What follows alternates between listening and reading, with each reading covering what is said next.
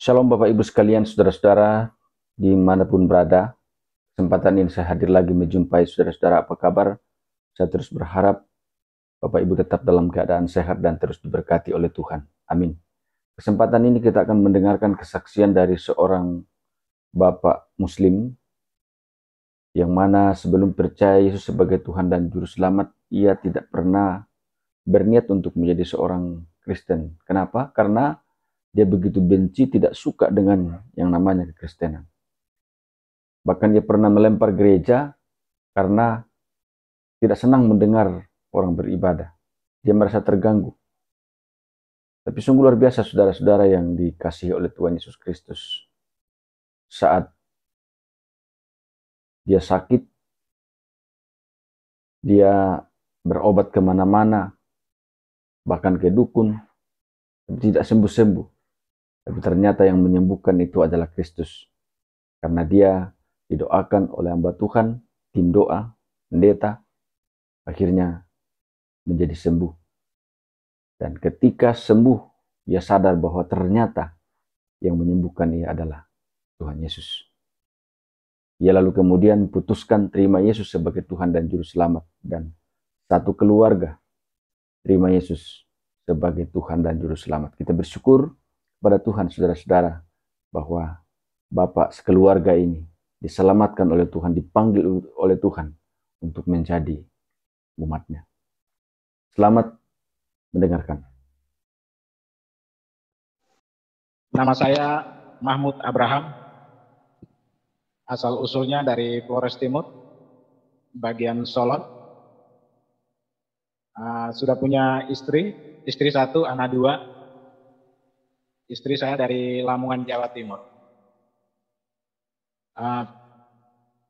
Bapak Ibu yang dikasihi Tuhan, pertama-tama saya juga mengucapkan terima kasih yang begitu besar, luar biasa buat Tuhan Yesus, karena begitu besar kasih sayang Tuhan, sehingga saat ini saya bisa dapat mengenal Dia sebagai Tuhan dan Juru Selamat. Bapak Ibu yang dikasihi Tuhan, dimanapun Anda berada, di mana kesaksian saya bahwa dulunya saya latar belakang dari Muslim, tapi Muslim awam, tidak terlalu fanatik. Dulunya juga rindu sekali. Dari kecil orang tua saya kepingin sekali untuk saya bisa dapat belajar mengaji. Karena orang tua tahu bahwa saya punya suara itu bagus. Baik itu ajan, bahkan baik itu ngaji. Dan saya lihat begitu banyak teman-teman, bahkan adik di bawah saya, mereka kalau ngaji, mereka cari guru ngaji. Satu orang saja mereka bisa mengerti, bisa dapat mengaji. Tapi di saat saya, Bapak Ibu yang dikasihi Tuhan, begitu orang tua saya begitu korban dan begitu rindu untuk saya harus tahu mengaji supaya mereka senang begitu. Karena mereka lihat bahwa suara saya bagus. Namun saat itu sampai 5 guru ngaji pun, satu guru pun saya tidak sama sekali tidak mengerti tentang namanya mengaji. Saya percaya bahwa ini semua ada rancangan Tuhan dalam kehidupan saya. Baik, singkat cerita Bapak Mama yang dikasih Tuhan, di mana dulunya saya sedikit pun dan tidak punya rencana dan tidak punya niat untuk mencari Yesus. Kami tidak punya niat. Tapi Allah yang kita sembah di dalam nama Tuhan Yesus, Dia punya kasih begitu besar. Dia tidak melihat latar belakang saya. Dia tidak melihat, Dia tidak menilai saya punya kejahatan. Tapi saya percaya bahwa Dia datang. Bukan Dia cari orang yang suci, tapi Dia datang cari orang yang berdosa. Malam hari ini, Bapak Ibu yang dikasih Tuhan, saya mau bilang bahwa saya mengucap syukur dan terima kasih buat Bapak Ibu dimanapun Anda berada. Dan dimana saya berterima kasih karena selama ini sudah mendukung doa buat saya. Baik sadar dan tidak sadar. Baik itu doa puasa, doa pergumulan, bahkan doa syafaat. Biasanya Bapak Ibu selalu berdoa. bahwa minta Tuhan Yesus tolong tangkap orang-orang jahat, orang-orang fasik, orang yang biasa lempar gereja, biasa musuh orang Kristen. Malam hari ini Bapak Ibu yang dikasih Tuhan, bukan secara kebetulan kita bertemu lewat YouTube ini, di Merkel TV ini. Saya percaya ada maksud dan rencana Tuhan di balik kesaksian kita atau pertemuan kita malam hari ini, Tuhan. Karena saya percaya bahwa salah satu yang Bapak Ibu berdoa selama ini, minta Tuhan untuk berperkara, tangkap orang-orang fasik, orang-orang yang biasa lempar gereja, yang biasa musuh orang Kristen. Salah satu Bapak Ibu yang dikasih Tuhan, ini saya. Saya pernah lempar gereja, pernah musuh orang-orang Kristen, tidak suka dengan orang Kristen. Salah satu saya, Bapak Mama yang kasih Tuhan. Dan saya berdoa, Bapak Mama, kakak adik, bersaudara semua. Doa Bapak Ibu semua, saya tidak mampu untuk membalas. Tapi saya percaya Tuhan Yesus akan memberkati Bapak Mama dalam doa dan pergumulan Bapak Mama semua. Terima kasih atas doanya. Dan Bapak Ibu yang dikasih Tuhan, singkat cerita, kenapa saya dengan istri saya bisa dapat mengambil keputusan ikut Tuhan. Sedangkan dulunya kami paling benci, kami paling musuh, kami tidak suka sama sekali sama Tuhan Yesus. Karena kami dari kecil bukan diajarkan untuk mengenal Yesus. Satu saat, Bapak Ibu yang dikasih Tuhan, Tuhan mempertemukan saya dengan istri saya di Timor Leste. Dan dulu saya dengan istri saya, kami merantau di Timor Leste. Dan kami juga nikah di sana, punya anak 2 di sana. Dan saat itu, cari hidup saya di sana, kami biasa jual beli pakaian keliling di kabupaten atau di kota. Istri saya punya pengalaman jual bakso, bikin kue, jual es campur. Jadi puji Tuhan Bapak Mama yang dikasih Tuhan, Bapak Ibu yang luar biasa, di mana Tuhan izinkan kami bertemu di Timor Leste. Saya percaya bahwa itu bukan secara kebetulan. Di mana kami 2, saya dengan istri saya, kami berusaha di Timor Leste. Dan Tuhan izinkan kami 2 jualan bakso di satu gereja, di mana di belakang gereja, kami tinggal di belakang gereja. Dan di depan rumah kami itu, setiap hari Minggu, Jumat itu, di gereja itu mereka selalu angkat puji-pujian, menyembah, bahkan melompat-lompat Bapak Ibu yang dikasih Tuhan. Dan sebagai manusia yang belum mengenal Kristus, rasanya jengkel. Bahkan waktu itu juga, saya dengan istri saya, kami numpang salah satu seorang bapak, di mana seorang bapak ini beragama Kristen Katolik. Dan saat itu kami duduk, satu saat kami dengar begitu jemaat yang ada di dalam gereja, entah gereja itu gereja GBI atau GPDI, tapi saya percaya bahwa itu gereja karismatik, karena mereka senantiasa di saat mereka berdoa, mereka memuji Tuhan tuh dengan tepuk tangan, lompat, sukacita itu. Jadi pasti saja gereja karismatik. Akhirnya Bapak Ibu yang dikasih Tuhan, dan di saat kami mendengar mereka sementara memuji dan memuliakan Tuhan, yang pemilik rumah ini rasa jengkel. Padahal dia Katolik, Bapak Ibu yang dikasih Tuhan. Dia sudah mengenal Kristus, tapi dia Katolik, kebiasaan dia kan tidak seperti karismatik. Jadi dia juga marah. Dia bilang, kenapa kok orang ini masuk gereja kok masa tepuk-tepuk tangan, nyanyi, lompat-lompat. Dia saja sudah kenal Kristus saja, dia juga marah, apalagi saya yang belum kenal Kristus. Malah saya lebih marah lagi. Akhirnya satu saat Bapak Ibu yang dikasih Tuhan, hari Minggu mereka sedang memuji dan menyembah Tuhan di gereja. Saya berpikiran pendek. Akhirnya di saat saya mendengar mereka sudah menyembah, tepuk-tepuk tangan, dan saya dari belakang gereja itu, posisi saya tinggalnya di belakang gereja, jadi tidak jauh juga. Jadi saya ambil batu, langsung saya lempar ini gereja. Dan saya percaya waktu saya lempar gereja, pasti orang yang ada di dalam gereja itu bukan mereka marah. Pasti mereka berdoa buat saya. Nah, mungkin juga mereka berdoa, minta Tuhan rubah batu itu menjadi jiwa mungkin. Nah, akhirnya Bapak Ibu yang dikasih Tuhan, bukan cuma satu kali yang saya lempar gereja. Kedua kali, ketiga kali saya lempar. Dan saat itu juga sempat saya mau racikan bom. Mau lempar, mau bom ini gereja, tapi waktu itu saya belum punya pengalaman untuk mau bom ini gereja, bikin bom, Bapak Ibu yang dikasih Tuhan. Akhirnya tidak jadi, saya cuma lempar saja ini gereja. Tapi begitu luar biasa Bapak Mama yang dikasih Tuhan. Di mana batu yang saya lempar gereja tadi, Tuhan rubah menjadi 4 jiwa Bapak Ibu yang dikasih Tuhan.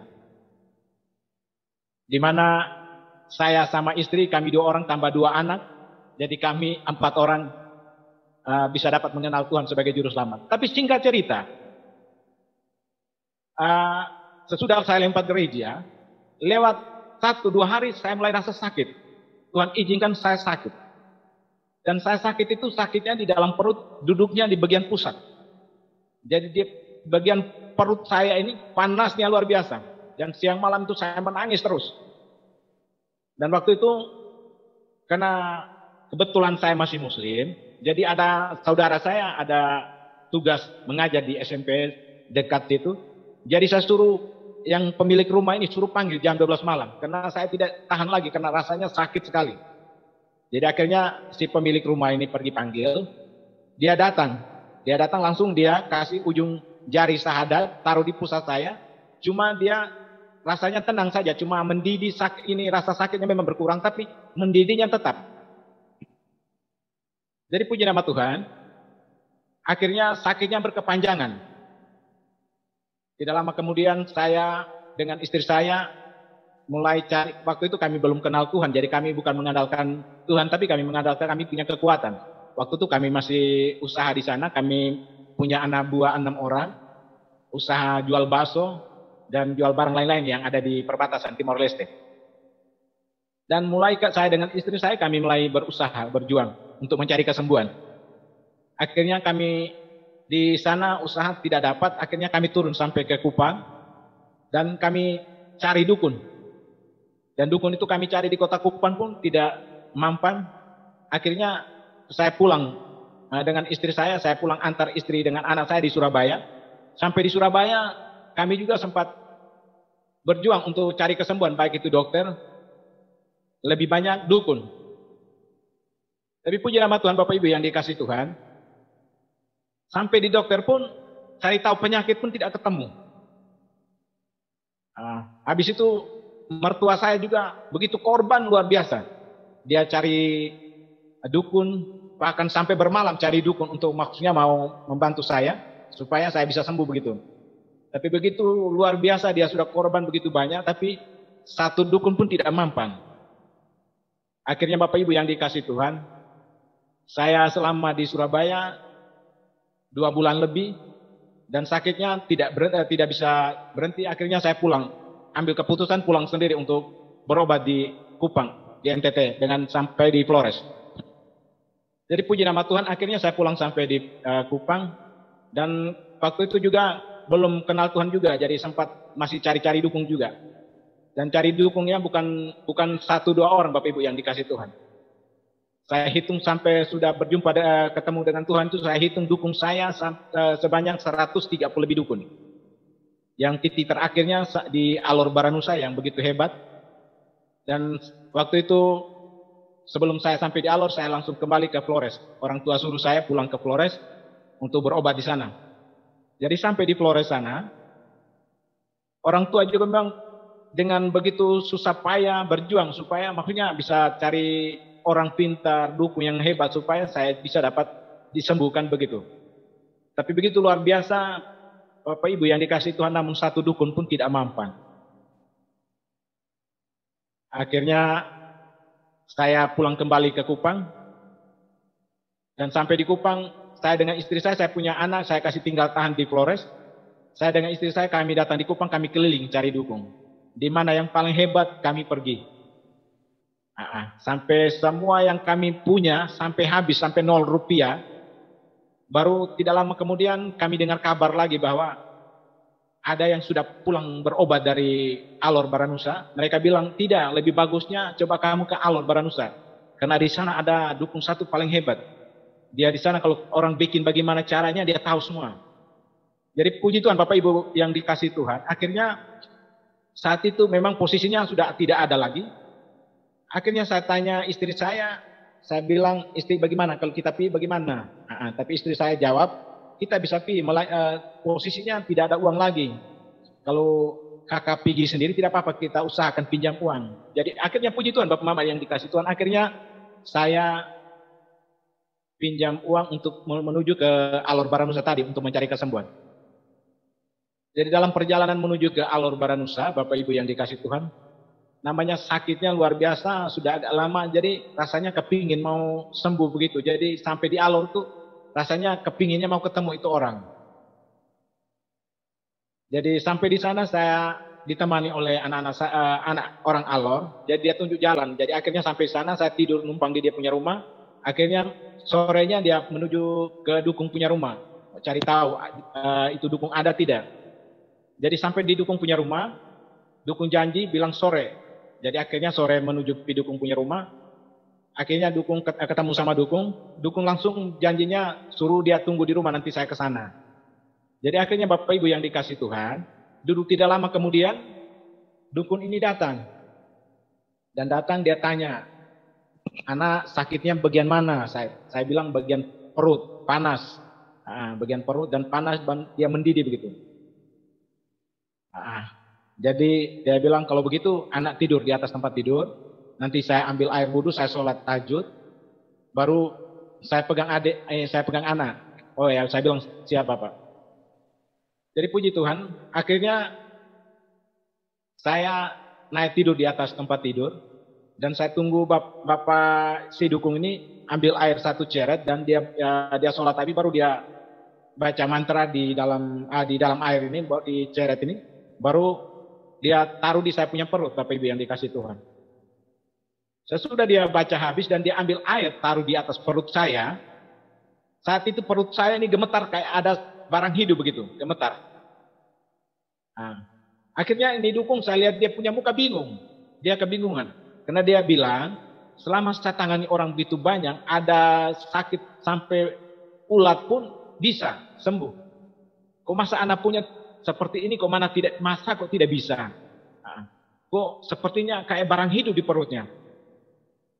Akhirnya puji Tuhan Bapak Ibu yang dikasih Tuhan. Jadi dia besok malamnya dia datang lagi. Dia sudah sorenya, malamnya itu dia sudah pegang. Akhirnya besok malamnya dia datang lagi. Dia pegang kedua kalinya. Yang kedua kalinya juga sama. Dia pegang juga sama. Dia sholat tahajud, dia baca air mantra. Baru ditaruh air itu di saya punya perut. Dan di saat itu dia taruh, saya punya perut gemetar. Jadi dia bingung.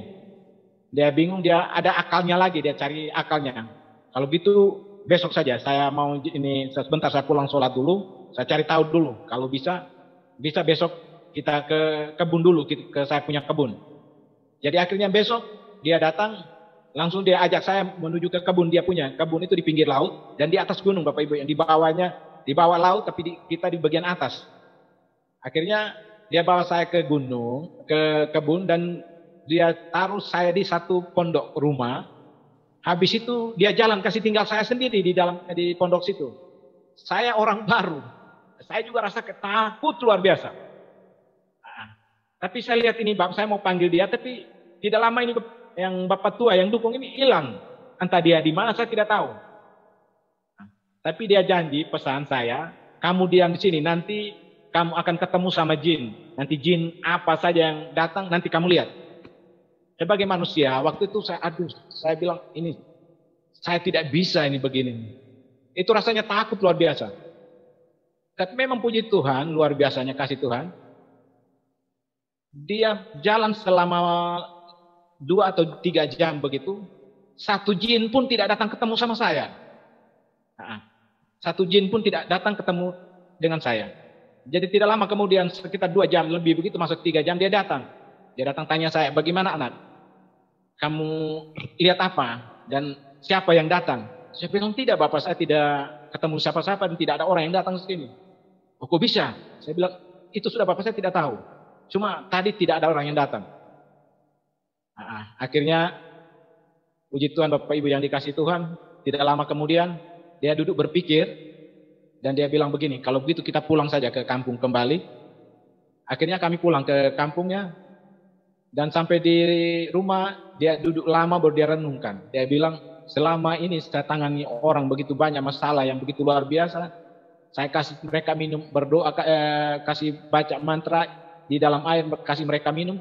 semua mereka punya beban langsung jadi. Kenapa kok anak punya ini kok susah luar biasa. Nah, jadi akhirnya di dalam pikiran hati saya bilang mungkin pasti saja Bapak tua ini mungkin tidak bisa. Jadi tidak lama kemudian dia sendiri yang buka mulut. Bahwa dia ngomong begini, anak jangan marah. Kalau bisa, anak coba cari yang lain dulu. Karena Bapak tidak bisa. Akhirnya apa yang terjadi Bapak Ibu yang dikasih Tuhan, akhirnya saya ambil keputusan pulang ke Kupang. Dan sebelum pulang ke Kupang kami menuju ke Alor Kota dulu. Datang sampai di Alor Kota, masih ketemu seseorang lagi. Mereka cerita bilang tidak, kalau begitu coba kamu pergi yang di sana. Ada yang di sana itu dia biasa bantu-bantu orang. Jadi saya juga rasa karena belum sampai di Kupang, masih di Alor, jadi saya bilang kalau begitu coba kita ke sana. Namun puji Tuhan, Tuhan pun tidak izinkan seperti yang saya inginkan. Akhirnya apa yang terjadi Bapak Ibu yang dikasih Tuhan, akhirnya saya ambil keputusan untuk pulang ke Kupang. Dan waktu itu Bapak Ibu yang dikasih Tuhan, saya pulang sampai di Kupang, masuk di rumah, dan saya langsung masuk di dalam kamar, saya menangis. Dan istri saya ikut masuk di dalam kamar, dia tanya saya, Kak, kamu sudah sembuh belum? Jadi saya cuma jawab, masa saya sembuh kok saya menangis? Nah, saya bilang, masa kok saya sembuh kok saya menangis? Pasti saya belum sembuh, jadi saya menangis. Jadi istri saya juga rasa mungkin sudah tidak ada apa-apa lagi, jadi dia juga bingung. Dia juga cuma ucapan bilang begini, Kak, bagaimana lagi kita sudah berjuang, sudah usaha, sudah habis-habis punya ini. Jadi kita pasrah saja yang di atas. Kalau bilang kakak diizinkan kakak meninggal, tidak apa-apa. Karena ini kita sudah pasrah, sudah tidak ada lagi nih. Tapi luar biasa puji Tuhan Bapak Ibu yang dikasih Tuhan, memang cara Tuhan itu luar biasa. Dan rencana Tuhan itu indah. Dan rencananya itu membuat kita manusia kadang-kadang pikir tidak masuk akal. Dan tidak masuk akal itu yang Tuhan buat kita supaya kita juga mengerti tentang rencana Tuhan dalam potongku hidup. Kita punya hidup Bapak Ibu yang dikasih Tuhan. Akhirnya singkat cerita Bapak Ibu yang dikasih Tuhan, saya siang malam tetap menangis karena panas, sakitnya luar biasa. Dan panasnya itu saya kemana-mana itu Bapak Ibu yang dikasih Tuhan, saya ada handuk kecil, sapu tangan handuk yang kecil, tebal. Jadi saya celupkan air dingin, baru saya taruh di perut dulu, baru saya bisa jalan. Karena panasnya luar biasa perut saya. Jadi waktu itu sebagai manusia, rasanya juga putus asa, kecewa. Karena sudah biasa cari hidup. Waktu saya cari hidup, kasih makan istri anak, tiba-tiba sakit. Sebagai kepala rumah tangga rasa, aduh, itu pikiran luar biasa, stres. Jadi yang paling ngerinya itu kalau di saat saya stres itu Bapak Ibu yang dikasih Tuhan, itu kepala saya yang lebih kena ini. Kebanyakan saya titik kepala di dinding gitu, kena stresnya itu. Pukul kepala. Nah, akhirnya puji Tuhan Bapak Ibu yang dikasih Tuhan, tidak lama memang Tuhan tahu keadaan saya. Jadi tidak lama kemudian di saat siang hari saya menangis, Tuhan utuskan seorang hamba Tuhan lewat di depan rumah saya, dan hamba Tuhan itu sekarang masih ada. Seorang mama, dia punya nama Mama Len Pelokila, tinggal di belakang SMA 2. Dan dia lewat, dia dengar suara menangis. Jadi dia singgah Bapak Ibu yang dikasih Tuhan. Dan dia singgah, dia langsung masuk di rumah saya, dia tanya, kenapa dia menangis? Jadi orang yang ada di dalam rumah itu jawab, tidak, dia ada sakit. Jadi dia diam juga. Akhirnya tidak lama kemudian, dia lama-kelamaan Roh Kudus buka dia punya mulut untuk menawarkan kami yang ada dalam rumah itu. Dia bilang, mau tidak, saya tidak punya apa-apa, kasih ini Pak Mahmud. Tapi waktu itu dia belum tahu saya punya nama, tapi dia bilang, saya tidak punya apa-apa, saya ini tidak punya apa-apa untuk kasih kamu. Tapi kalau kamu mau, saya punya doa, kalau mau saya doakan buat ini kamu. Jadi waktu itu Bapak Ibu yang dikasih Tuhan sebagai manusia, mau dengar nama doa, itu rasa jengkel sekali. Bahkan saya waktu itu rasa sakit hati tuh. Saya bilang ini mau doa pakai apa? Doa apa sebenarnya? Kan kita kan biasa dan muslim kan biasa tiap saat ini sholat atau baca-baca itu pakai baca ayat-ayat Arab. Nah tiba-tiba berdoa pakai bahasa Arab, bahasa Indonesia kan saya jadi bingung lagi, saya jadi ini rasa kecewa juga. Akhirnya puji Tuhan Bapak Ibu yang dikasih Tuhan, tetapi ini ibu ini mama kasih saya ini luar biasa. Dia tetap minta, bagaimana mau tidak? Kalau mau saya doakan. Jadi akhirnya Bapak Ibu yang dikasih Tuhan, sudah lama kemudian, tidak lama kemudian saya duduk renungkan, akhirnya saya juga merasa perasaan dia ini ibu takutnya nanti dia marah. Akhirnya saya panggil istri saya bilang, Mak bagaimana?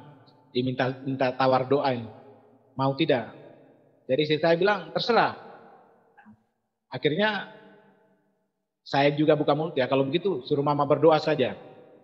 Jadi puji Tuhan Bapak Ibu yang dikasih Tuhan, akhirnya mama kekasih kami ini, Mama Len Pelokila ini, dia doa saya. Dan dia berdoa habis dalam pertengahan doa, dia bilang tidak usah takut. Pak Mahmud pasti sembuh, ini kuasa gelap. Jadi tidak usah takut dengan kuasa gelap itu. Karena kuasa gelap itu dia punya kuasa tidak lebih dari kuasa Yesus. Dia sebut nama Yesus lagi yang bikin saya tambah rasa tidak enak juga. Akhirnya mama kasih kami dia berdoa habis, dia langsung pulang. Tapi dia janji bahwa tidak usah takut. Tuhan Yesus pasti sembuhkan Pak Mahmud. Jadi puji nama Tuhan, akhirnya besoknya dia datang kembali. Akhirnya dia datang, dia tanya lagi bagaimana Pak Mahmud, bagaimana tidur enak tidak. Saya bilang masih sakit, Mak.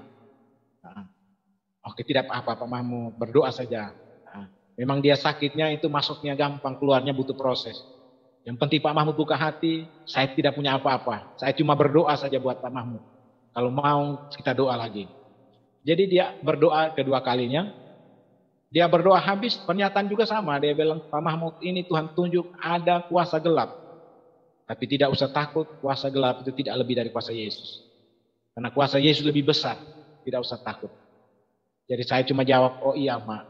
Oke. Jadi puji nama Tuhan, akhirnya Tuhan tahu dan Tuhan punya rencana luar biasa buat dalam kehidupan saya dengan anak istri saya. Akhirnya Bapak Ibu yang dikasih Tuhan, rencana Tuhan yang begitu luar biasa. Besok harinya, di mana Tuhan utuskan saya punya paman. Sampai hari ini dia masih muslim, tinggalnya di Priti, di kabupaten. Waktu dia datang kunjung di saya punya rumah, waktu dia datang kunjung, posisi saya dalam keadaan menangis dengan keadaan sakitnya yang luar biasa. Jadi dia duduk juga rasa pikiran yang luar biasa, dia lihat saya. Dia bilang ini saya mau bantu apa sebenarnya? Saya tidak punya apa-apa nih. Karena dia rasa kasihan sekali, dia lihat saya menangis, saya pukul kepala di dinding, karena panasnya Bapak Ibu yang dikasih Tuhan. Akhirnya Bapak Ibu yang dikasih Tuhan, ini paman ini buka mulut, dia bilang begini, kalau ipar mau, kita ke Priti, kabupaten saja. Di sana ada orang, tapi dia tidak sebut, bilang itu hamba Tuhan. Dia tidak sebut hamba Tuhan.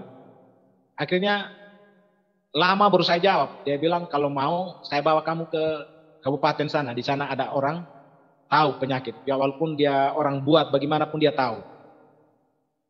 Akhirnya puji Tuhan Bapak Ibu yang dikasih Tuhan, lama baru saya dengan istri saya jawab. Karena posisi sekarang saya dalam keadaan pikiran, posisi dengan keadaan kosong. Menuju ke kabupaten sana, kalau saya sendiri juga saya sudah rasa beban, sudah berat sekali, apalagi dengan 2 anak, istri 1. Jadi saya pikir lama baru saya jawab.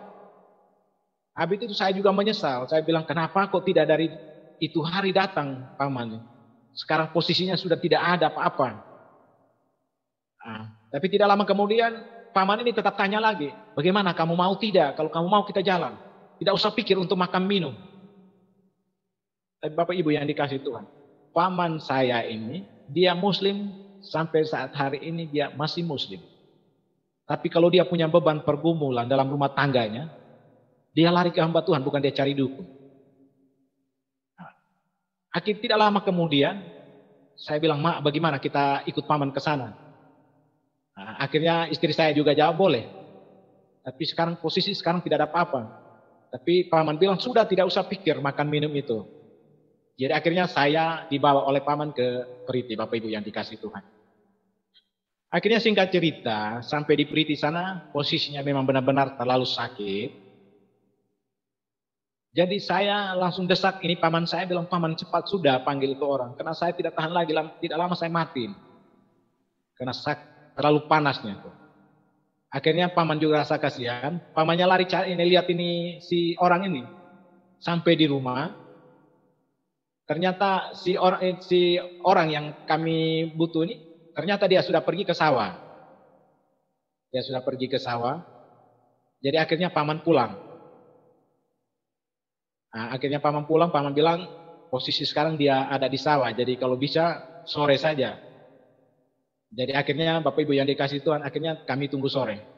Dan waktu itu saya masuk tidur di dalam kamar, saya juga rasa tidak tahan juga. Saya berdoa supaya cepat sore gitu, karena posisi masih pagi.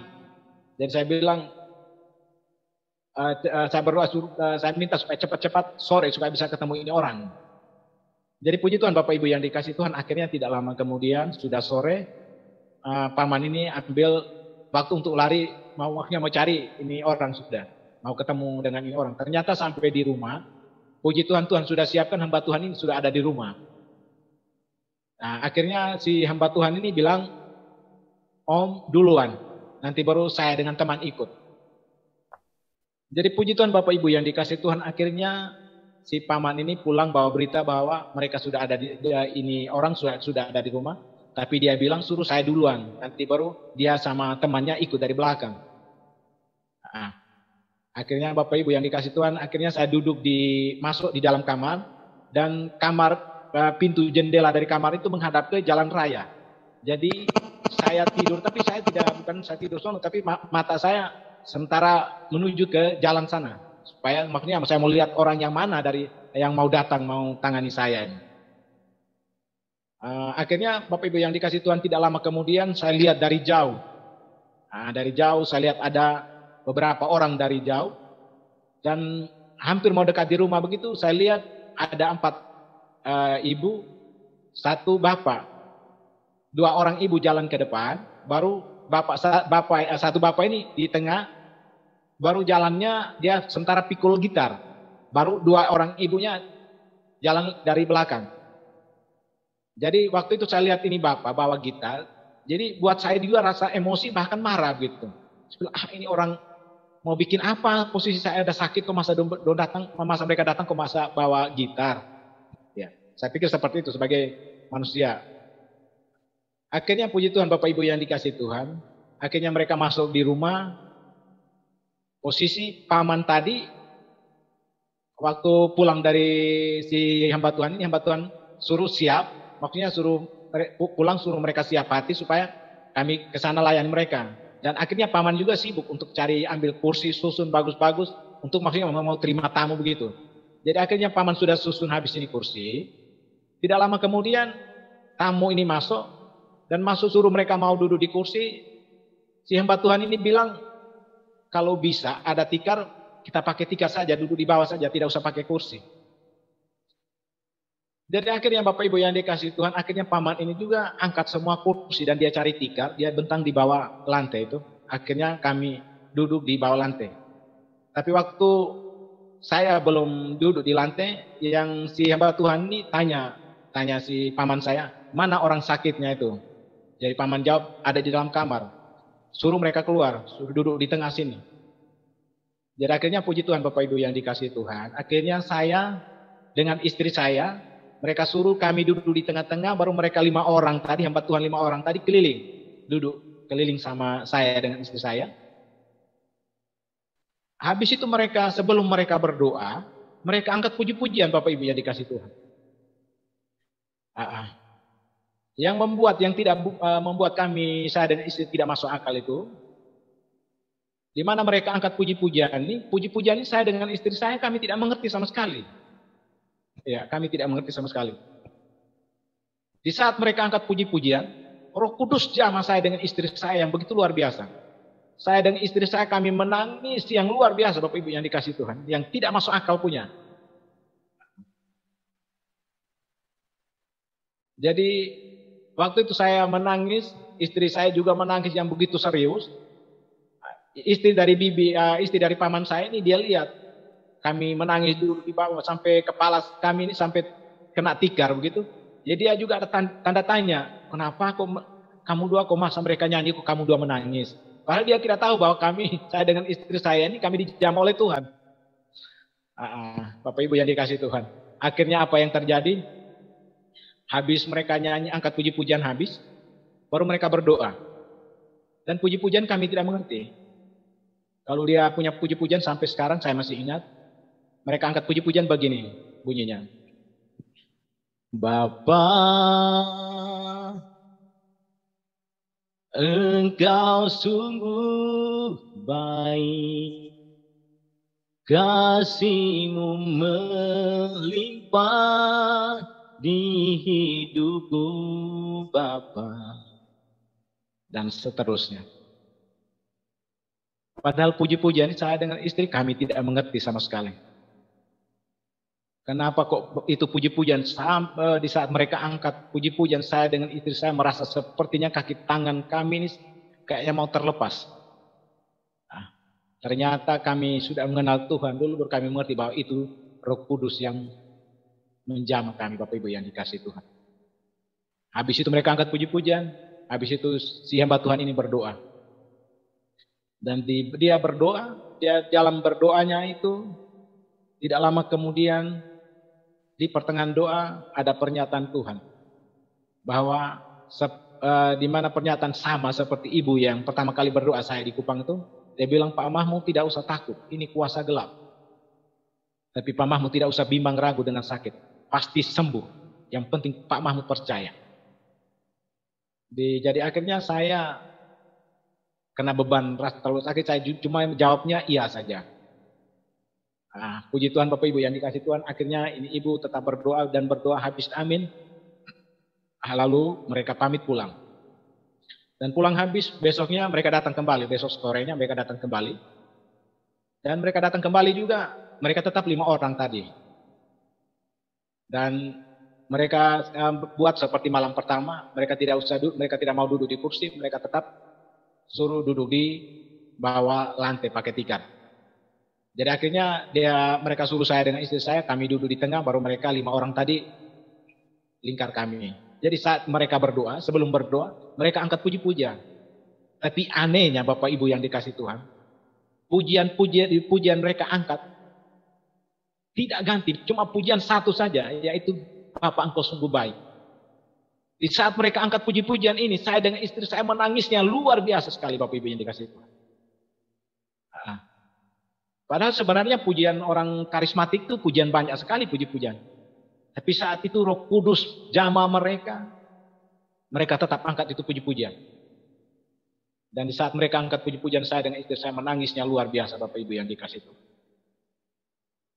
Akhirnya Bapak Ibu yang dikasih Tuhan 2 kali mereka layani saya. Dan habis itu mereka angkat puji-pujian, mereka berdoa habis.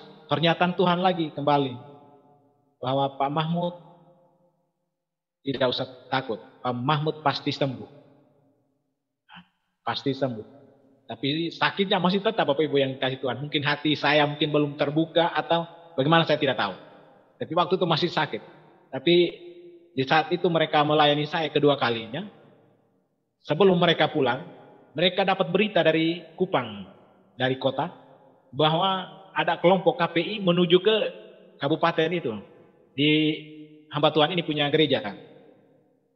Jadi akhirnya dia kasih informasi kepada saya bahwa Pak Mahmud kalau mau besok ada hamba Tuhan dari Kupang, dari provinsi. Kalau mau ikut saja, ikut KPI supaya didoakan. Jadi waktu itu Bapak Ibu yang dikasih Tuhan, saya dengan istri saya kami masih aktif untuk sholat. Bahkan istri saya juga masih sholat karena istri saya dari Lamongan Jawa Timur. Saya di sana satu RT satu masjid, jadi memang terlalu fanatik. Nah, jadi waktu itu saya ajak dia mau pergi ke gereja untuk ikut KPI, istri saya tidak mau. Karena dia bilang jawab begini, saya takut nanti mereka ini bujuk kita atau rayu kita masuk ke Kristen. Jadi waktu itu saya yang sakit, akhirnya saya sendiri ambil keputusan untuk ikut Bapak Ibu yang dikasih Tuhan. Akhirnya singkat cerita Bapak Ibu yang dikasih Tuhan, saya sendiri ikut dan saya dengar mereka ikut mereka puji-pujian. Habis itu dengar firman Tuhan. Habis sesudah firman Tuhan ada pengumuman dari hamba Tuhan pemimpin puji-pujian, suruh yang punya beban suruh maju ke depan supaya hamba Tuhan doakan. Jadi akhirnya saya maju Bapak Ibu yang dikasih Tuhan. Tapi saya maju ke belakang. Saya tunggu orang semua maju habis baru saya maju ke belakang dari belakang. Akhirnya puji Tuhan Bapak Ibu yang dikasih Tuhan, akhirnya saya juga didoa oleh hamba Tuhan dan setempat juga dijamah oleh hamba Tuhan ini. Dan dia jamah saya habis, saya pulang. Nah, tapi sebelum saya pulang itu sesudah KPI itu ada pengumuman lagi bahwa bagi jemaat yang punya beban pergumulan besok ada doa pribadi di gereja. Nah, ada pengumuman lagi seperti itu. Jadi kalau punya beban pergumulan, datang saja kita layani doa pribadi di gereja. Jadi Bapak Ibu yang dikasih Tuhan, akhirnya saya pulang, saya kasih tahu istri saya. Nah, akhirnya istri saya juga, dia diam saja. Dan waktu itu dia mau besoknya mau menuju ke gereja, saya minta istri saya juga. Saya bilang, Mak, ayo kita ikut ini doa pelayanan pribadi di gereja, mau tidak? Tapi istri saya tetap tidak mau. Karena dia tetap ambil air wudhu, dia tetap sholat. Biasa. Akhirnya puji Tuhan Bapak Ibu yang dikasih Tuhan. Akhirnya posisi saya yang sakit. Jadi saya sendiri yang ke gereja. Saya pagi-pagi menuju ke gereja. Saya lihat di dalam ruangan gereja itu Bapak Ibu yang dikasih Tuhan. Bahwa sekitar ada 4 atau 5 kelompok yang sudah dilayani oleh hamba Tuhan. Sementara dilayani oleh hamba Tuhan. Dan saya lihat di satu kelompok itu dia jangka lamanya pelayanan sekitar 1 jam atau 1 jam lebih. Tapi begitu luar biasanya kuasa Tuhan yang luar biasanya. Yang dimana waktu itu saya pas berdiri di depan pintu gereja. Ada seorang ibu lihat saya. Nah, lihat saya berdiri di depan gereja dan dia tanya, bagaimana Pak mau minta pelayanan? Saya bilang, iya Mak. Akhirnya dia bilang, oh mari, saya dengan ibu ini ada duduk kosong. Jadi mari Pak, belum tahu nama saya, tapi mari Pak, mari duduk sini kok. Ini kami layani. Jadi akhirnya saya duduk di tengah. 2 orang ibu ini duduk samping kiri kanan saya. Satu orang ibu berdoa, 1 orang ibu dengar suara Tuhan. Yang anehnya Bapak Ibu yang dikasih Tuhan, berdoa tidak sampai 5 menit Bapak Ibu yang dikasih Tuhan. Berdoa tidak lama kemudian seorang ibu berdoa, seorang ibu dengar suara Tuhan. Jadi seorang ibu ini yang dengar suara Tuhan ini dia bilang, ibu stop dulu, ini ada suara Tuhan buat Pak Mahmud. Ya. Jadi saya rasa sukacita sekali Bapak Ibu yang dikasih Tuhan. Saya senang sekali. Ini suara pasti, pemikiran saya sebagai manusia, saya bilang ini pasti suaranya pasti saya pulang ke rumah, saya beli obat amoxicillin atau obat apa saja pasti saya minum pasti saya sembuh, saya bilang gitu. Saya pikir dalam hati seperti itu. Atau pulang sampai di rumah timba air di tong begitu minum sembuh begitu. Tapi suaranya lain Bapak Ibu yang dikasih Tuhan. Suaranya saya dengar menyakiti hati saya. Nah, suaranya begini, Pak Mahmud, ini suara Tuhan Yesus langsung langsung buat Pak Mahmud. Bahwa nanti Pak Mahmud pulang, jam 12 malam Pak Mahmud bangun berdoa. Nah, saya dengar ini suara, saya rasa memang benar-benar saya marah. Nah, saya marah kenapa? Jam seperti jam 7, jam 8 kan ada. Kenapa sampai jam 12 baru suruh bangun berdoa? Nah posisi sekarang saya membuat saya pikiran tuh sampai di rumah ini, di dalam rumah itu semuanya Muslim. Kalau ada orang Kristen yang masuk akal, dia bisa bantu untuk kasih bangunkan saya di tempat jam 12 malam. Akhirnya Tuhan kasih saya hikmat. Karena saya mau ikut ini suara tadi. Tidak lama kemudian Tuhan angkat saya punya muka, lihat ini paman saya dia punya jam weker, tapi jam wekernya biasa, bukan bunyi. Jadi saya ambil ini jamnya paman weker ini, Saya bawa masuk ke dalam kamar, saya tancap di bagian kaki tapi bagian atasnya, atasnya tempat tidur, bagian kaki. Ya, jadi saya tancap situ, akhirnya sampai malamnya mau tidur, saya panggil istri saya, kami masuk mau tidur, begitu saya pegang istri saya punya tangan, kami tidak sholat lagi Bapak Ibu yang dikasih Tuhan, kami ikut pernyataan Tuhan tadi. Jadi saya pegang istri saya, kami berdoa begini. Kami tidak berdoa, kami tidak susun kata-kata yang bagus dulu, kami berdoa tidak. Kami cuma berdoa, cuma sepotong begini. Tuhan Yesus, dalam keadaan saya pegang istri saya punya tangan di bagian kanan, istri saya bagian kiri, saya di kanan. Jadi kami mau tidur, kami duduk luruskan kaki, baru saya pegang istri saya punya tangan, baru saya berdoa begini. Tuhan Yesus, tolong bangunkan kami di tepat jam 12 malam, kami mau berdoa. Bapak Ibu yang dikasih Tuhan, saya mau tanya, doa tadi panjang atau pendek? Saya percaya bahwa orang Kristen belum pernah doa sependek seperti itu. Kadang-kadang dia berdoa mungkin sampai 2-3 jam berhenti. Tapi saat itu saya cuma berdoa, Tuhan Yesus tolong bangunkan kami di tepat jam 12 malam, kami mau berdoa. Doa sepotong saja Bapak Ibu dia yang dikasih Tuhan, dia menggoncang sorga malam hari itu. Apa yang terjadi Bapak Ibu yang dikasih Tuhan? Di mana di tengah malam tiba-tiba Roh Kudus kasih bangunkan saya, dan saya langsung duduk dan lipat kaki. Tiba-tiba saya lihat saya dalam keadaan duduk lipat kaki di tempat tidur. Dan waktu itu saya bingung. Saya bilang, ini siapa kasih bangunkan saya? Saya lihat istri saya di bagian kanan, dia dalam keadaan ngorok. Tidur nyenyak sekali Bapak Ibu yang dikasih Tuhan. Akhirnya saya kasih bangunkan istri saya. Saya bilang, Mak, bang, sudah kita berdoa. Nah, begitu kami berdoa, kami tidak susun kata-kata yang bagus dulu, baru kami berdoa tidak Bapak Ibu yang dikasih Tuhan. Kami berdoa cuma sedikit saja katanya. Berapa kata saja kami berdoa.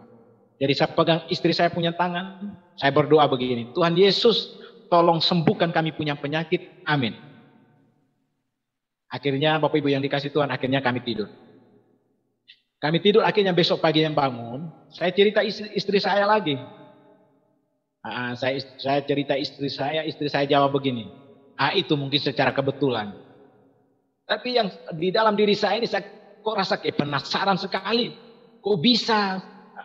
Saya bilang kok bisa? Kok tepat sekali jam 12 malam kasih bangun tuh. Akhirnya istri saya bilang secara kebetulan, tapi saya bilang ini malam saya buat lagi. Saya mau berdoa ulang lagi. Jadi akhirnya malam kedua Bapak Ibu yang dikasih Tuhan, kami habis makan, mau istirahat. Akhirnya saya panggil istri saya, kami masuk tidur. Sebelum kami tidur, saya pegang dia punya tangan, berdoa sama yang seperti malam pertama. Berdoa juga kami tidak rubah Bapak Ibu yang dikasih Tuhan. Doa kata-kata sama. Jadi akhirnya saya berdoa, Tuhan pegang dia punya tangan dan saya berdoa, Tuhan Yesus tolong bangunkan kami di tepat jam 12 malam, kami mau berdoa. Amin. Akhirnya langsung kami tidur. Apa yang terjadi Bapak Ibu yang dikasih Tuhan, tiba-tiba seperti malam yang pertama, tiba-tiba saya lihat dalam keadaan duduk lipat kaki di atas tempat tidur. Dan saya lihat istri saya di bagian kanan sementara ngorok, bahkan tidur begitu lenyap, begitu luar biasa. Tapi di pikiran hati saya bilang, ini siapa yang kasih bangunkan saya? Apa yang terjadi Bapak Ibu yang dikasih Tuhan, tiba-tiba Roh Kudus angkat saya punya muka. Lihat arah ke jam, tidak lebih tidak kurang, tepat jam 12 malam. Wah, luar biasa Bapak Ibu yang dikasih Tuhan. Akhirnya apa yang terjadi Bapak Ibu yang dikasih Tuhan, besoknya saya cerita lagi. Istri saya tidak jawab, bilang itu secara kebetulan lagi. Dia diam saja.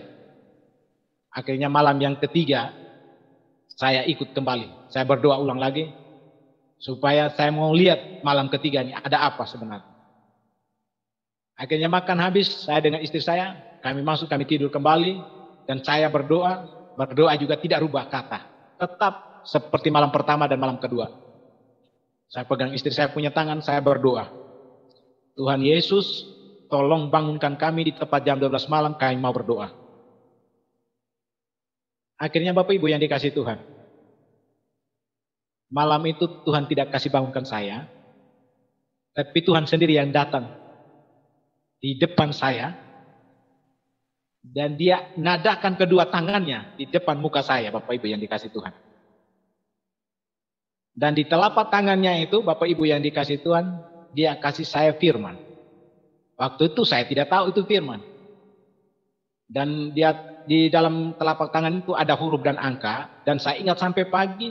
Habis itu Bapak Ibu yang dikasih Tuhan, paginya hamba Tuhan yang melayani kami, datang di rumah yang melayani kami itu, dia datang lihat, maksudnya mau lihat kami di rumah, Bapak Ibu yang dikasih Tuhan, mau cari tahu sudah keadaan bagus, baik atau tidak.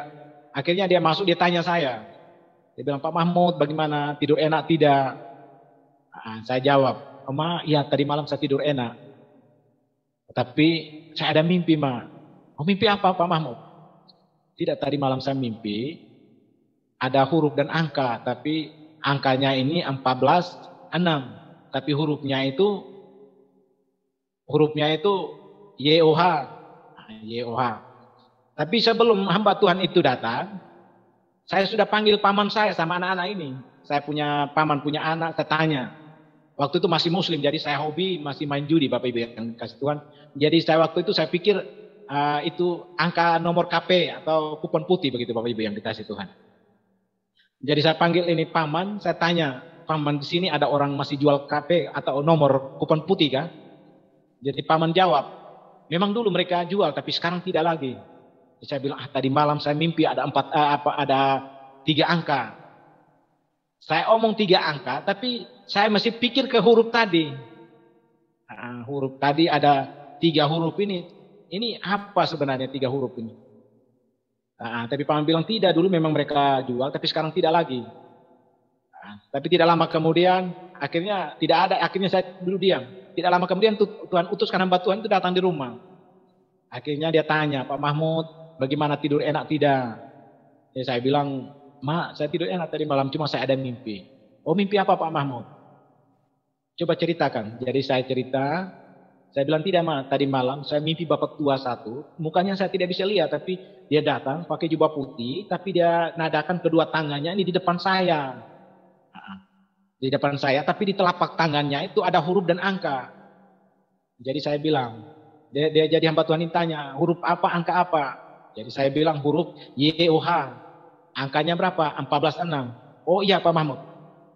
Jadi ditanya ulang lagi, mana Alkitab? Dia ambil Alkitab. Dia suruh anak buahnya buka habis baru dia tanya ulang lagi.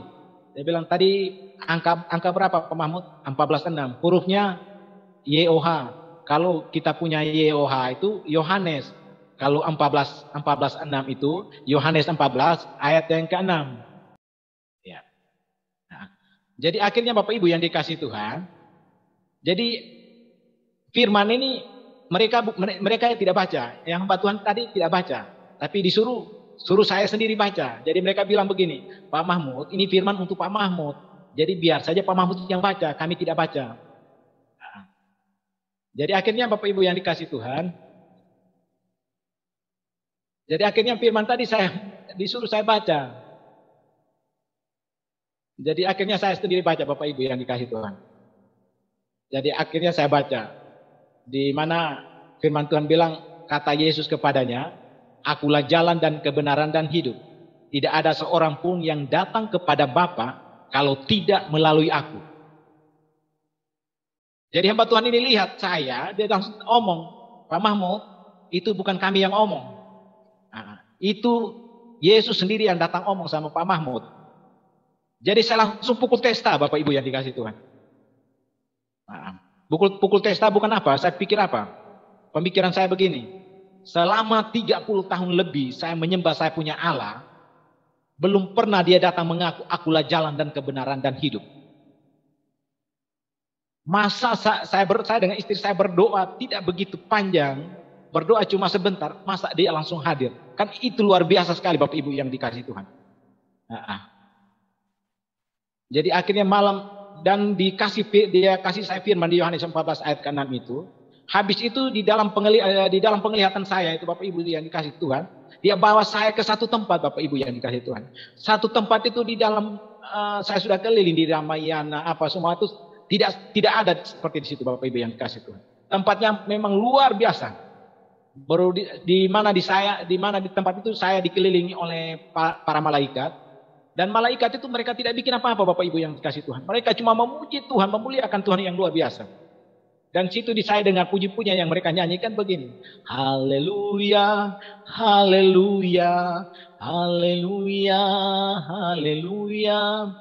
Itu puji-pujian di sorga. Itu pujian luar biasa. Saya percaya bahwa itu puji-pujian sorga punya Bapak Ibu yang kasih Tuhan. Akhirnya Bapak Ibu yang kasih Tuhan, akhirnya besok pagi saya bangun, saya bersaksi. Kalau sekarang bersaksi, kalau dulu belum ini saya bilang cerita. Saya cerita. Jadi akhirnya saya cerita sama istri saya, istri dari bibi saya, paman saya cerita semua. Mereka akhirnya bibi, saya punya paman punya istri dari Kristen. Tapi dia kawin saya punya paman, akhirnya masuk Muslim. Waktu istri saya ajak ke gereja untuk ikut doa pribadi.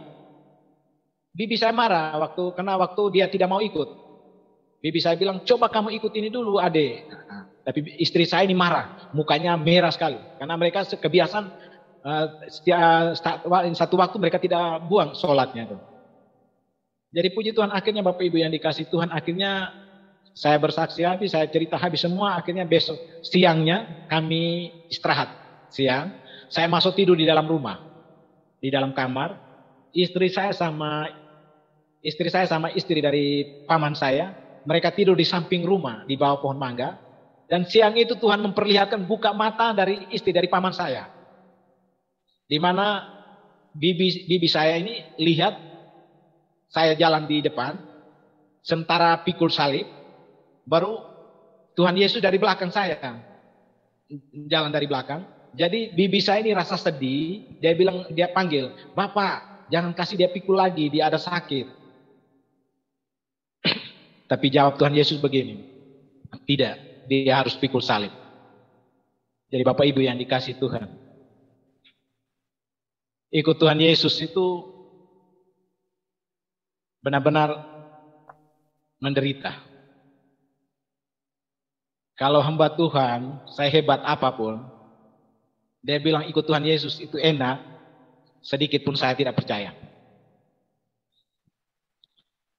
Karena Bapak Ibu yang dikasih Tuhan, di mana di saat saya mengambil keputusan ikut Tuhan, saya dapat olok ejekan itu bukan dari orang luar, bukan dari orang yang belum kenal Tuhan, namun orang yang sudah kenal Tuhan yang mengolok ejek saya, hina saya, itu yang pikul saya Bapak Ibu yang dikasih Tuhan. Di saat saya mau angkat kaki keluar, mau pergi persekutuan, itu mereka bilang saya jalan untuk minta makan. Itu orang-orang bukan orang dari luar Kristen Bapak Ibu yang dikasih Tuhan. Orang dari Kristen sendiri. Tapi itulah namanya ikut Tuhan Bapak Ibu yang dikasih Tuhan. Caci maki, hina, olok ejek, itu saya rasakan semua Bapak Ibu yang dikasih Tuhan. Tapi saya percaya firman Tuhan di dalam Lukas ayat yang ke-23, pasal yang ke-23 ayat yang ke-31, itu benar-benar saya alami seperti sedemikian. Bahwa Tuhan kayu hidup saja dibuat, diolok, diejek, dihina, dicaci maki. Apalagi saya kayu kering. Firman-Nya berkata, sebab jikalau orang berbuat demikian dengan kayu hidup, apalagi yang akan terjadi dengan kayu kering. Bapak Ibu yang dikasih Tuhan, itu memang benar-benar kita ikut Tuhan. Saya mau bilang bahwa benar-benar menderita Bapak Ibu yang dikasih Tuhan. Tapi di balik penderitaan atau di balik tantangan itu, kita percaya bahwa Tuhan siap sesuatu yang indah buat kita. Itu yang Bapak Ibu yang saya rasakan. Akhirnya singkat cerita Bapak Ibu yang dikasih Tuhan, di mana di waktu saya mau ambil keputusan ikut Tuhan, saya jauh dari orang tua selama 2 tahun lebih, karena orang tua juga mereka malu. Mereka tidak suka, mereka tidak senang. Karena saya dengan istri saya mengambil keputusan ikut Tuhan. Di mana sebelumnya itu kami ambil keputusan ikut Tuhan. Saya pulang waktu di Flores itu saya hampir sempat juga, di mana orang tua memang berjuang untuk mencari dukun, tapi memang Tuhan tidak izinkan untuk terjadi dalam hidup kesembuhan terjadi dalam diri saya. Bahkan waktu itu juga sempat saya lari ke hutan, mau bunuh diri, sudah pasang tali, mau gantung diri, bahkan sudah berdiri di jurang, mau lompat, mau buang diri juga. Tuhan tidak izinkan, Bapak Ibu yang dikasih Tuhan. Karena saya percaya bahwa itu bukan secara kebetulan. Nah, ternyata sesudah saya kenal Tuhan Yesus, ternyata semuanya ada rancangan Tuhan buat saya bersama istri anak saya. Bapak Ibu yang dikasih Tuhan, akhirnya saya pulang, ambil keputusan pulang dari Kabupaten Periti. Akhirnya saya dengan istri saya, kami dua kembali ke Periti. Kami kasih tinggalkan kedua anak kami ada di rumah dengan paman saya. Di dalam perjalanan itu Roh Kudus sampai di SMP 5 turun menuju ke belakang SMA 2, di mana Tuhan izinkan Roh Kudus buka saya punya mulut untuk di mana omong sama istri saya. Saya bilang begini, "Mak, bisa tidak kalau kita baptis?" Akhirnya istri saya jawab begini, Bapak Ibu yang dikasih Tuhan, "Boleh kita baptis. Yang penting kakak sembuh. Kalau tidak sembuh kita kembali." Jadi puji Tuhan Bapak Ibu yang dikasih Tuhan. Dan kita dari kabupaten itu, di mana kami dilayani oleh hamba Tuhan, berulang-ulang mereka layani kami. Dan kami cuma, waktu itu mereka layani kami, mereka kasih kami satu puji-pujian untuk bawa datang di Kupang, kami jadi bekal gitu. Jadi puji-pujian itu kami bawa dari sana, kami hafal satu puji-pujian itu, di mana puji-pujian berkata, Allah kuasa. Allah kuasa. Jadi di saat saya dengan istri saya sampai di rumah, kalau di saat kami berdoa, karena puji-pujian lain kami tidak tahu Bapak Ibu yang dikasih Tuhan. Jadi kami mau berdoa, kami tidak sholat lagi, kami ambil keputusan, kami mau ikut. Kami ikut pernyataan Tuhan tadi. Habis itu di saat berdoa, mau makan atau berdoa mau tidur, jalan, kami berdoa, harus kami angkat puji-pujian Allah kuasa. Jadi kami nyanyikan Allah kuasa, melakukan segala perkara itu. Bapak Ibu yang dikasih Tuhan, mungkin Bapak Ibu semua sudah tahu bahwa itu puji-pujian gampang sekali. Jadi kami cuma tahu itu puji-pujian. Jadi akhirnya sampai di rumah, di mana waktu itu Tuhan sudah mempersiapkan satu rumah, kami jaga dengan free, kami tidak bayar. Dan di tempat itu juga, rumah itu juga, saya dengan istri saya, kami ambil keputusan untuk ikut Tuhan Yesus. Dan malam pertama kami mau berdoa, kami angkat puji-pujian ini. Allah kuasa melakukan, sampai habis, baru kami tidur. Malam pertama kami nyanyi itu lagu, malam kedua tetap kami nyanyi itu lagu, Bapak Ibu yang dikasihi Tuhan. Tapi anehnya malam yang ketiga, di mana biasanya malam pertama kedua itu saya yang bangun duluan. Saya yang bangun duluan, baru saya kasih bangunkan istri saya, kami berdoa, kami angkat puji-pujian, baru kami berdoa. Tapi malam ketiganya ini anehnya, Tuhan izinkan istri saya bangun duluan. Tuhan izinkan istri saya bangun duluan, dia angkat puji-pujian ini, Allah kuasa, dia angkat pelan-pelan karena posisi tetangganya dekat. Jadi jam 12 malam itu kami angkat puji-pujian itu tidak begitu kuat, Bapak Ibu, karena kami menjaga tetangga sebelah, mereka ada tidur, karena posisi jam tengah malam, jam tidur orang ada istirahat gitu. Jadi waktu itu istri saya bangun, sebelum dia berdoa, dia angkat puji-pujian Allah kuasa. Dia angkat puji-pujian Allah kuasa, pertama kali dia angkat pelan-pelan. Tapi saya tidak sadar Bapak Ibu yang dikasih Tuhan. Akhirnya dia kasih suaranya agak kuat lagi supaya saya bisa bangun, dengar supaya saya bisa bangun. Tapi dia angkat kasih suaranya agak besar. Saya juga tetap tidak sadar Bapak Ibu yang dikasih Tuhan. Akhirnya dikasih lebih keras lagi suaranya. Allah kuasa. Dia angkat tambah besar. Saya tidak sadar-sadar. Akhirnya dia juga emosi tengah malam. Akhirnya dia angkat tangan kanan saya, dia pukul di saya punya paha, Bapak Ibu yang dikasih Tuhan. Akhirnya saya kaget. Dan saya kaget, saya bangun. Di saat saya bangun itu, Bapak Ibu yang dikasih Tuhan, saya punya mulut ini penuh dengan puji-pujian. Tapi puji-pujian ini saya dengan istri saya, kami tidak mengerti sama sekali, Bapak Ibu yang dikasih Tuhan. Tapi istri saya tetap nyanyi Allah kuasa terus. Nah, dia angkat Allah kuasa, saya bilang, "Ma, jangan dulu, ini gampang sekali ini puji-pujian ini. Mau keluar nih puji-pujian." Nah, tapi istri saya marah. "Kalau gampang nyanyi sudah, supaya kita tidur, sudah malam gini." Nah, dia bilang begitu, marah, Bapak Ibu yang dikasih Tuhan. Akhirnya istri saya angkat tetap, tidak, suaranya tidak, puji-pujian tidak keluar. Akhirnya istri saya tetap nyanyi Allah kuasa. Saya bilang, "Ma, ini gampang sekali mau keluar ini, Ma. Keluaran cepat sudah, kita mau ini, kita nyanyi apa, berdoa supaya tidur. Nah, kita nyanyi supaya berdoa tidur."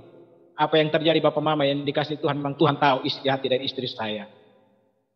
Tidak lama kemudian Tuhan kasih keluarkan suara di mulut saya, tapi bukan langsung puji-pujian Bapak Ibu yang dikasih Tuhan. Ternyata keluarnya itu dia pakai note lagi. Akhirnya istri saya tambah bingung. Saya bilang, "Ini note, ini kita mau nyanyi, bagaimana kita tidak mengerti ini lagu?" Akhirnya tidak lama kemudian Bapak Ibu yang dikasih Tuhan, Tuhan tahu marah, istri saya sudah marah. Akhirnya tidak lama kemudian suaranya itu keluar dari bibir mulut saya, Bapak Ibu yang dikasih Tuhan. Puji-pujian ini Bapak Ibu yang dikasih Tuhan, seluruh orang Kristen tahu ini puji-pujian. Mungkin juga dengar, dapat ajar dari sekolah minggu, ibu guru sekolah minggu, atau mungkin juga dari teman seiman orang Kristen yang mengajar, baru mungkin Bapak Ibu tahu. Tapi saya dan istri saya, Roh Kudus datang ajar di tengah malam jam 12 malam, Bapak Ibu yang dikasih Tuhan. Waktu keluar pertama, waktunya sebelum suara keluar, dia kasih notnya begini bunyinya. Na na na na na na na na. Na na na na na na na na. Na na na na na na na. Demikian kesaksian ini saudara-saudara, semoga dapat bermanfaat, memberkati kita sekalian, sehingga kita pun akan semakin bertumbuh, semakin kuat, semakin semangat di dalam Tuhan. Sehingga kita dalam menjalani kehidupan ini, kita senantiasa memuliakan Tuhan, kita hidup untuk Tuhan. Karena kita sebagai orang Kristen adalah orang-orang yang sudah diselamatkan oleh Tuhan. Jangan lupa terus mendukung channel ini dengan cara like, subscribe, dan share, supaya saudara terus mendapat notifikasi video-video terbaru dari saya, dan terlebih channel ini akan terus berkembang ke depan dan menjadi saluran berkat bagi banyak orang. Tuhan Yesus memberkati saudara-saudara sekalian.